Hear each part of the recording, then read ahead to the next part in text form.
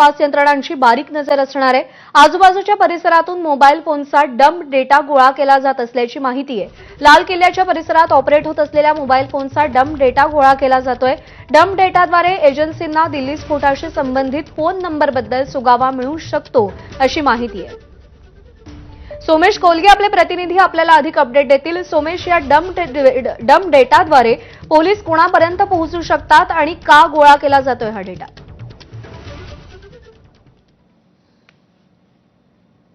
या संपूर्ण परिसरामध्ये जितके मोबाईल काल इंटरनेटवर सक्रिय होते त्या संपूर्ण मोबाईलचा डंप डेटा हा पोलिसांकडून गोळा केला जाणार आहे, सुरक्षा यंत्रणांकडून। कारण जेव्हा ब्लास्ट घडला त्यावेळी ब्लास्ट करणाऱ्या व्यक्तीच्या कोणी संपर्कामध्ये होतं का, त्यानंतर काही चमत्कारिक हालचाली म्हणजे त्याच वेळी संबंधित व्हिडिओ हा कुठे इतर देशामध्ये पाठवला गेला का, त्यासाठीचे काही डेटा ट्रान्झॅक्शन्स या भागातून झालेले आहेत का, कारण बऱ्याचदा दहशतवादी हे अशा प्रकारचे कृत्य केल्यानंतर त्याविषयीचे दहशत माजवण्यासाठीचे व्हिडिओ फुटेज हे तातडीने आपल्या बेस कॅम्पला पाठवत असतात। तर तशा स्वरूपाची काही ऍक्टिव्हिटी या भागामधून झाली आहे का, या सगळ्या विषयीचा तपास हा सध्या यंत्रणांकडून सुरू आहे। आपण पाहतोय हा लाल किल्ल्याचा परिसर आहे, याला पूर्णपणे छावणीचं स्वरूप आलेलं आहे आणि इथे सर्वसामान्यांना प्रवेश पूर्णतः बंद करण्यात आलाय। चांदणी चौकातही सर्वसामान्यांना प्रवेश नाकारण्यात आलाय। चांदणी चौकातील मार्केट पूर्णपणे बंद आहे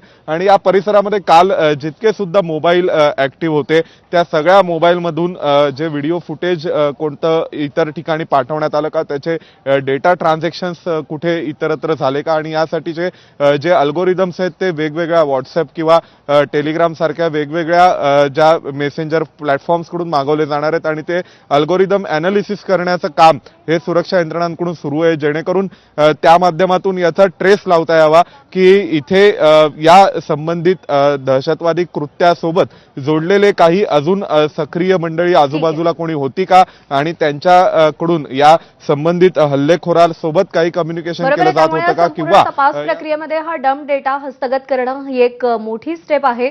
सोमेश, धन्यवाद दिलेल्या आहे सगळ्या सविस्तर माहितीसाठी।